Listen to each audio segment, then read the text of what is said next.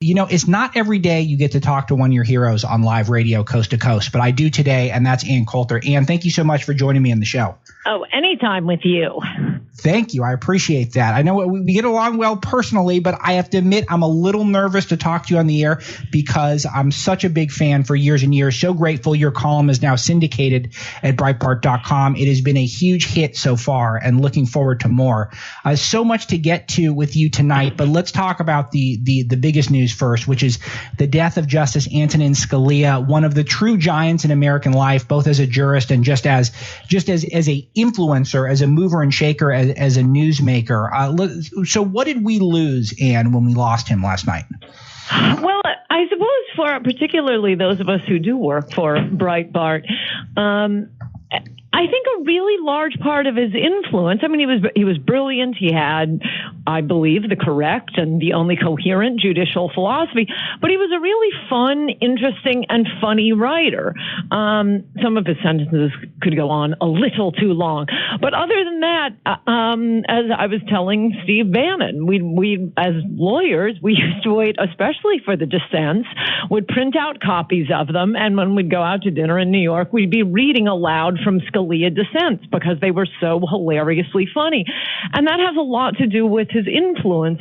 I mean, as I've always said, you're not going to influence anyone if they're not reading what you wrote. And he was, I mean, you saw it probably today. I was just skimming on Google and I see a lot of the articles on Scalia were Scalia dissents. And I guess there's an Amazon book that put some of his dissents together. That's when I suppose he figured, well, I didn't sway my colleagues. I've been, sucking up to Justice Day O'Connor for 10 years on abortion. I still lost her. Screw it. I'm just cutting loose now and saying what I think of the logic here. Because of that, I think he made it very clear what a coherent legal philosophy is. One of the things I saw in the New York Times, among other places today, is they'll say that Scalia's judicial philosophy is called originalism, which often benefits conservative viewpoints in the political process. Well, it's not an accident that it benefits conservatives because what it is not making stuff up. It means going by the Constitution, because if you're not reading a Constitution, if you're not interpreting a Constitution, well, then why you guys rather than any other 9 other people? If we just want, philosopher kings, we could probably do better than, Elena Kagan, Justice Souter. And because conservative justices aren't making up constitutional rights, that means it is most important decisions ought to be left to a process known as democracy, where people vote. Liberals can't get their ideas through; they can't get people to join them in their ideas for total Marxist takeover of the country, abortion on demand. Gay marriage was not doing very well in the democratic process. I think there were, I don't know what it was exactly, but it was about 36 states, including a lot of liberal states where the pro marriage forces were way outspent. About 36 states said, no, we don't want gay marriage.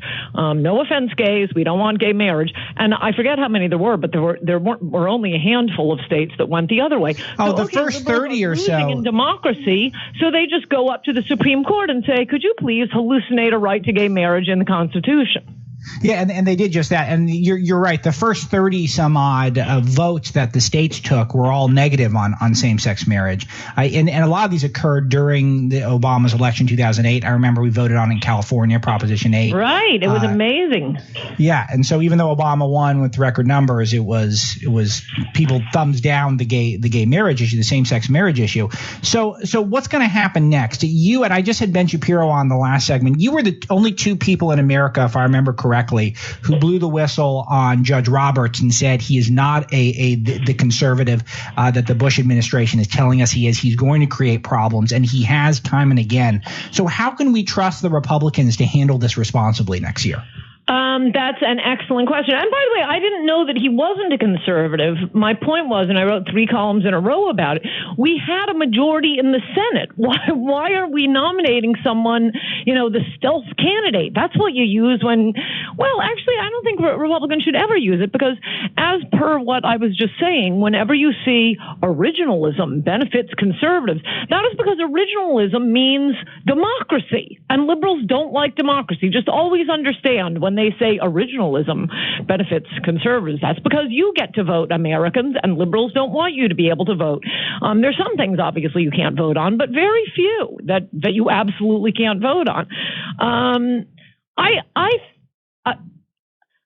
I think for the same reason, one thing I think conservatives get wrong here is because of what I have just been describing, Republicans win when there is a fight on these issues. They should not be afraid of it. It isn't even the substantive issue being decided. It is a question of whether the people get to decide or whether these 9 unelected philosopher kings get to decide every little issue for us. That's what's so frustrating about these decisions. Whatever you think about gay marriage, whatever you think about abortion, it's not in the Constitution. Therefore, we are supposed to decide it.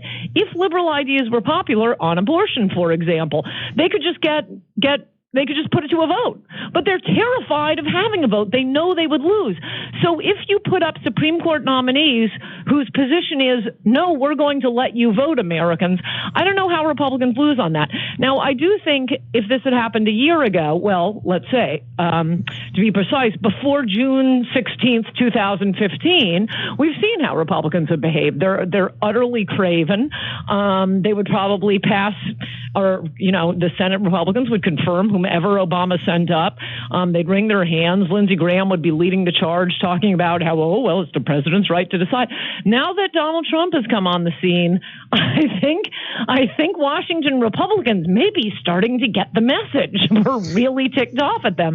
And look, if they let somebody go through, I think Trump is going to win anyway, but it's just going to get him another 10 million votes. Yeah, it is. It's going to be an even bigger vote total for him. Hey, let's connect a couple dots from the things that you're saying, because I listening to you talk about Scalia's originalism, it just infuriates me to think about how the left always refers to him as a controversial justice, Scalia. Yeah, he's controversial because he's interpreting the Constitution literally. Yet on the right, that's how the left behaves with conservatives. How does the right behave with liberals? We have to compromise with them, or else we're going to lose the center. That's what we've been hearing from the McConnells and the Boehners and the Ryans of the world in the establishment.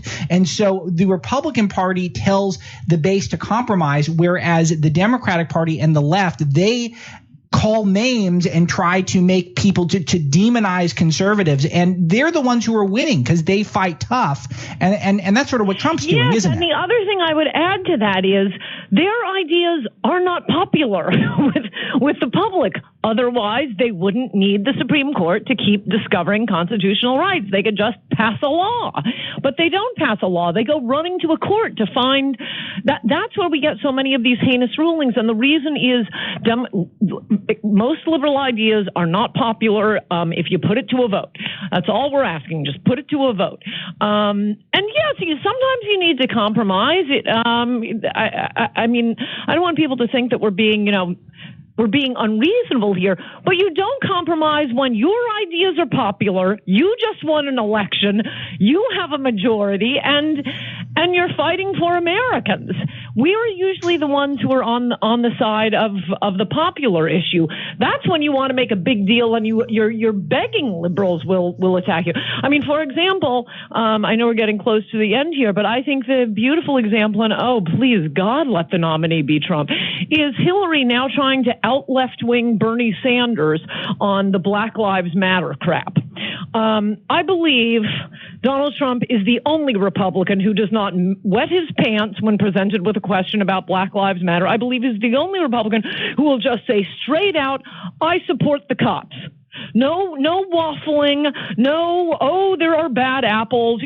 Screw Republicans who say that. There are bad apples every place and everything. There are, human interest lawyers who are bad apples. Why do we have to start with that when it comes to the people keeping us safe? And I'm telling you, a majority of blacks will prefer Donald Trump for that. They know they're more at risk from being murdered or mugged or raped by black teenagers than they are by some white cop. So the farther Hillary goes out on a limb trying to chase some crazy activist black left, the stronger Donald Trump is going to be in arguing with her, because that is the more popular idea. Let them go out on a limb. This is Breitbart News Sunday with Alex Marlow, editor-in-chief of Breitbart.com and the SiriusXM Patriot Channel number 125. My guest is Ann Coulter. And I know we're running short on time, but I did want to ask you about Hillary Clinton, because I know you are very vocal about Trump, and we're focused on Trump because of the primary that's going on. But I'm getting more and more fascinated with the Democratic race. I'm more convinced the same way the institutional knowledge was so wrong about Trump being a buffoon and not knowing what he's doing, which you've written about repeatedly and eloquently. Let's talk about Hillary for a second, because I'm convinced the woman has no clue what she's doing. No one around her has any clue what she's doing. And anyone who says she's inevitable has completely missed the boat. And this implosion is happening faster than it did in 2008. I just want to get your thoughts on that before I let you go. It sure is starting to look like it. Well, one point I do want to claim authorship of. When this first, the email scandal and the private server story first broke, I believe I was the first, and I don't think it's caught on sufficiently yet, who pointed out that we've been wrong about Hillary all these years. She's just really dumb. Bill Clinton, he was a horn dog, but he wasn't stupid. Hillary, I mean, she's not Betty Boop from Turnip Range. She's been through this before. She's been through it with Vince Foster and his records. She's been through it with the Whitewater records. She's been through this over and over and over again, and she becomes Secretary of State and thinks to herself, I know, I'll keep my emails on a private server. That won't raise any eyebrows, will it? It's just stupid.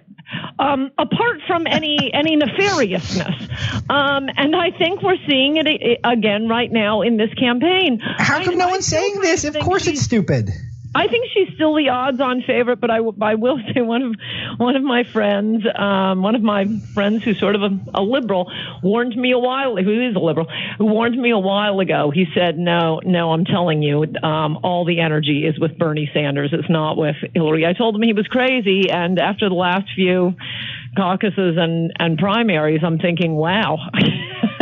Well, listen to the insiders.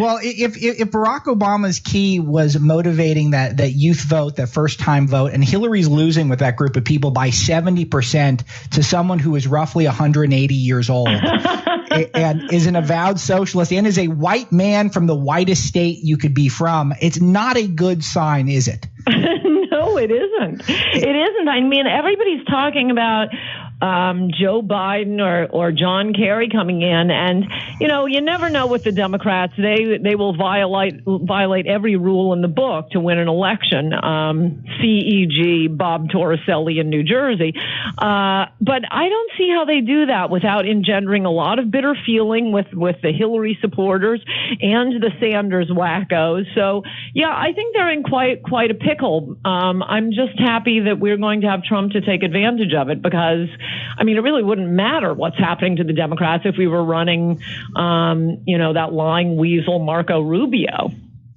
Ann Coulter has been my guest. She's an author, a syndicated columnist. You can find her on Breitbart.com as well. Finally, after way too long, Ann, until we picked up your column. I'm so excited that it's there. Where do you want people to go, your friends and followers? Where would you like them to go to follow you online? Well, Twitter. I also have a Facebook page that mostly just repeats my tweets. But sometimes I get a little prolix and it won't fit in 140 characters. So then I put it on Facebook. But Twitter, it's given me a whole new lease on life. I love Twitter. Good. Ann Coulter, you can follow her on Twitter at Ann Coulter, and you can read her column at Breitbart News. Hope to talk to you soon, Ann.